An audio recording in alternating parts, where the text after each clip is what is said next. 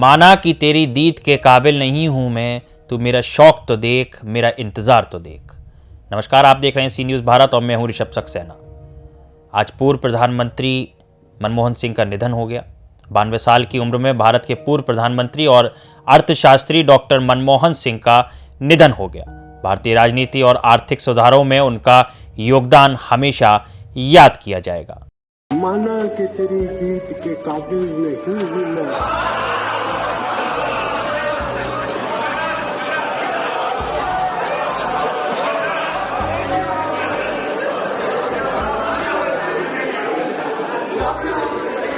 माना कि तेरी दीद के काबिल नहीं हूं मैं, तू मेरा शौक तो देख, मेरा इंतजार तो देख।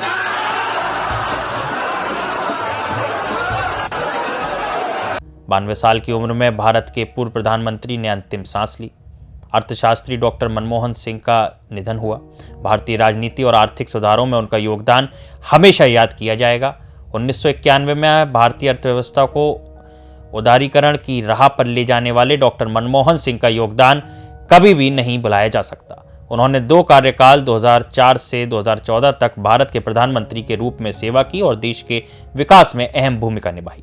डॉक्टर मनमोहन सिंह का जन्म 26 सितंबर 1932 को अविभाजित भारत के पंजाब प्रांत, जो अब पाकिस्तान में है, वहां हुआ था। 1947 में भारत के विभाजन के बाद 14 साल की उम्र में उनका परिवार भारत आ गया। शिक्षा के प्रति उनका झुकाव बचपन से ही बहुत अधिक था। उन्होंने पंजाब विश्वविद्यालय से अपनी प्रारंभिक शिक्षा पूरी की। इसके बाद उन्होंने कैम्ब्रिज विश्वविद्यालय से स्नातक और ऑक्सफोर्ड विश्वविद्यालय से अर्थशास्त्र में डॉक्टरेट की उपाधि प्राप्त की। डॉक्टर मनमोहन सिंह ने अपने करियर की शुरुआत शिक्षक के रूप में की। उन्होंने पंजाब विश्वविद्यालय, दिल्ली स्कूल ऑफ इकोनॉमिक्स और दिल्ली विश्वविद्यालय में पढ़ाया था। शिक्षण के बाद उन्होंने प्रशासनिक सेवाओं में कदम रखा। 1972 से 1976 तक वे भारत सरकार के मुख्य आर्थिक सलाहकार रहे। इसके बाद 1982 से 1985 तक भारतीय रिजर्व बैंक के गवर्नर के रूप में उन्होंने कार्य करा। 1985 से 1987 तक वे योजना आयोग के अध्यक्ष भी रहे हैं। आपको बता दें, 1991 में जब भारत गंभीर आर्थिक संकट से गुजर रहा था, तब डॉक्टर मनमोहन सिंह ने तत्कालीन प्रधानमंत्री पीवी नरसिम्हा राव की सरकार में वित्त मंत्री का पदभार संभाला। उन्होंने भारतीय अर्थव्यवस्था को उदारीकरण, निजीकरण और वैश्वीकरण, जिसको हम लिबरलाइजेशन, प्राइवेटाइजेशन और ग्लोबलाइजेशन से जानते हैं, उसकी ओर ले जाने वाले ऐतिहासिक सुधार आमंत्रित करे। उनकी नीतियों ने भारत को आर्थिक संकट से बाहर निकाला और वैश्विक मंच पर एक मजबूत अर्थव्यवस्था के रूप में स्थापित किया। उनकी उत्कृष्ट सेवाओं के लिए उन्हें 1993 और 1994 में finance minister of the year का खिताब भी दिया गया। 1991 का साल भारत के आर्थिक इतिहास का एक महत्वपूर्ण मोड़ साबित हुआ था। इस साल तत्कालीन प्रधानमंत्री पीवी नरसिम्हा राव और वित्त मंत्री डॉक्टर मनमोहन सिंह ने ऐसी नीतियां पेश की जो न केवल उस समय के आर्थिक संकट से उबरने में मददगार साबित हुई, बल्कि भारत को उच्च विकास पथ पर भी ले गई।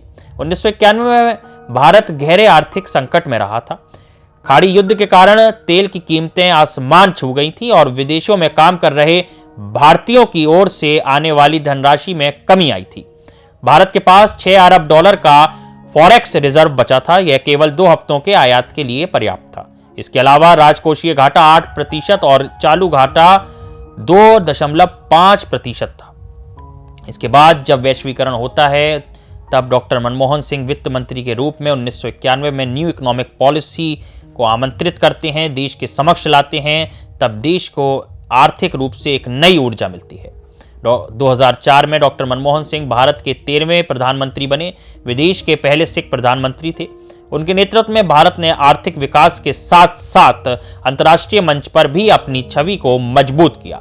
उनके कार्यकाल में सूचना प्रौद्योगिकी और शिक्षा के क्षेत्र में बड़े बदलाव हुए। 2010 में उन्हें सऊदी अरब के order of king Abdul Aziz और 2014 में जापान के grand cordon of the order of the Paulownia flowers से सम्मानित किया गया। आपको बता दें, मनमोहन सिंह देश में आरटीआई लेकर आए, जिसकी बहुत चर्चा हुई, क्योंकि अपनी ही सरकार में होने के बाद अपनी ही सरकार की कार्य योजना जब लोग जान सकें, तो वो वाकई बेहद पसंदीदा कदम था और लोगों ने उसकी बहुत सराहना की। 1987 में डॉक्टर मनमोहन सिंह को भारत सरकार ने पद्म विभूषण से सम्मानित किया।